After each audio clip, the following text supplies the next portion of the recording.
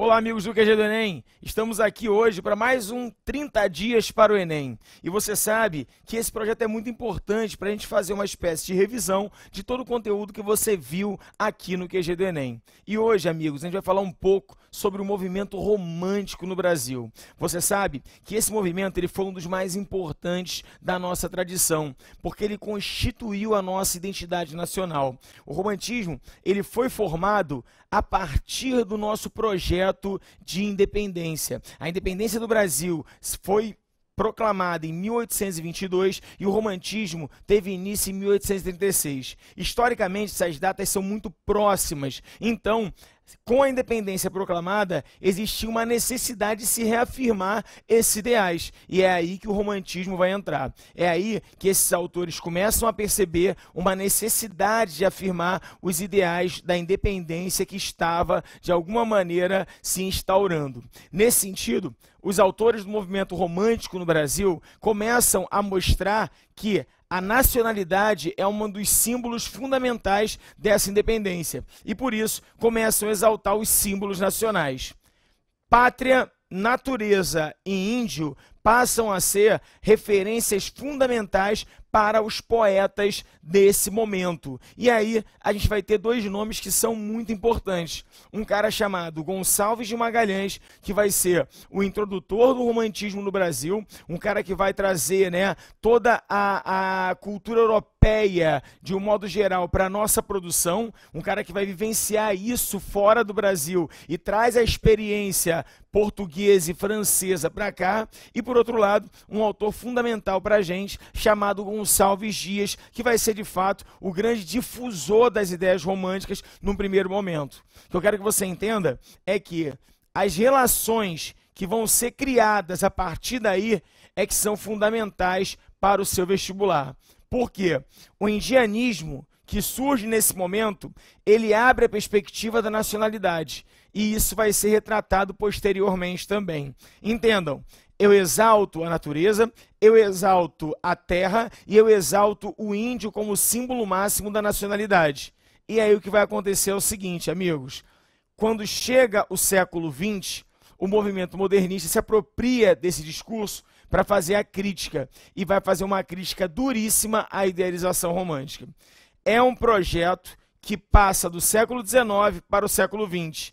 De um lado, um projeto idealizado romântico, do outro, um projeto crítico do movimento modernista. E assim, a nossa produção vai trabalhar a ideia de um movimento romântico que instaura, de um modo geral, a nacionalidade. Esse movimento ele vai se espalhar pelo século XIX. Ele vai passar pela tradição byroniana na segunda geração e vai chegar ao condoreirismo na terceira. Na narrativa, a gente vai ter autores fundamentais, entre eles Joaquim Manuel de Macedo, Manuel Antônio de Almeida e, principalmente, um autor fundamental que é o Alencar. Tá? O José de Alencar ele vai ser um autor que vai ter preocupações fundamentais em representar o país.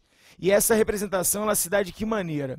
Ela vai se dar tanto no plano cronológico quanto no plano espacial com relação ao Brasil. Para ser uma ideia, o Alencar, na época dele, vai representar do norte ao sul do Brasil nas suas obras. A tentativa de pegar Iracema representando lá o Ceará e o Gaúcho representando o sul do Brasil e retratar todo o território brasileiro de norte a sul era a ideia de representação do país. E tudo isso passa por um projeto romântico do século XIX de exaltação da nacionalidade. Reparou? Esse tema do nacionalismo, ele pode aparecer para você na prova de literatura, de linguagens, claro, Ela pode aparecer para você também na prova de história, no caso, Quando você pega aí ciências humanas, e aí é que tá. Nesse sentido, as relações que estão aí intrínsecas, elas são fundamentais e são muito importantes para você entender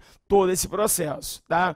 Agora, se a gente for pensar na prova de linguagens, além das temáticas relacionadas à questão da literatura e do romantismo, eu acho que vale a pena ainda falar em alguns temas que são recorrentes para você no Enem, tá? Bom, uma questão que sempre aparece nas provas e que todo professor sempre toca nesse tema é a questão da variação linguística, tá?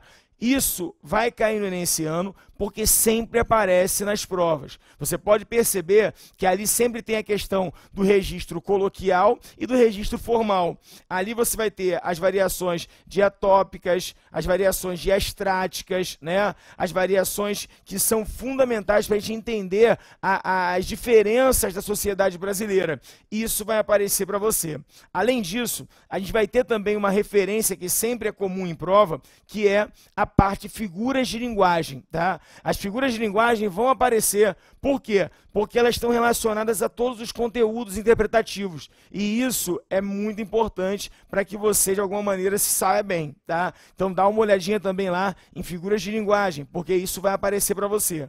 Outro tema recorrente: funções da linguagem, tá? Dá uma olhadinha lá na função emotiva, função conativa, função metalinguística, sempre está aparecendo lá, tá? Função fática, poética, referencial, ou seja, tudo isso é fundamental que você dê uma revisada aí. A gente está chegando no dia do Enem, então é fundamental que você dê uma olhadinha nisso aí também, tá?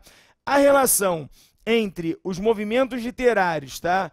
E os autores, de um modo geral, né, durante o tempo, na passagem do tempo, é fundamental que você também dê uma olhada, tá? Principalmente movimentos romântico e movimento modernista. Isso também sempre aparece nas provas. É fundamental que você dê uma olhada nisso para que, de alguma maneira, contribua para a sua prova. E um detalhe que eu acho que é muito significativo no Enem também, por ser uma prova extremamente cansativa e exigente do ponto de vista interpretativo, é fundamental que você consiga ler bem a prova.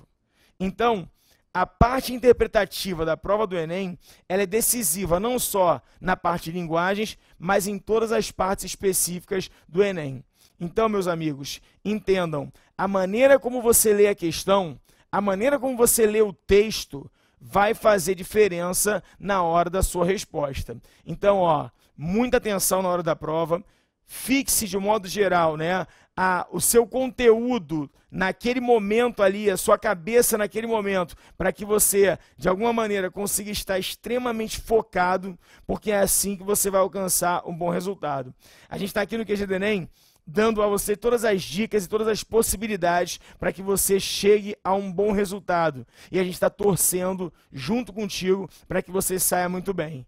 Eu vou ficar aqui esperando para a gente comemorar junto a tua aprovação numa universidade pública. Valeu, grande prova para todos vocês, um grande abraço da galera toda do QG do Enem. Valeu, energia positiva, grande abraço, tchau, tchau.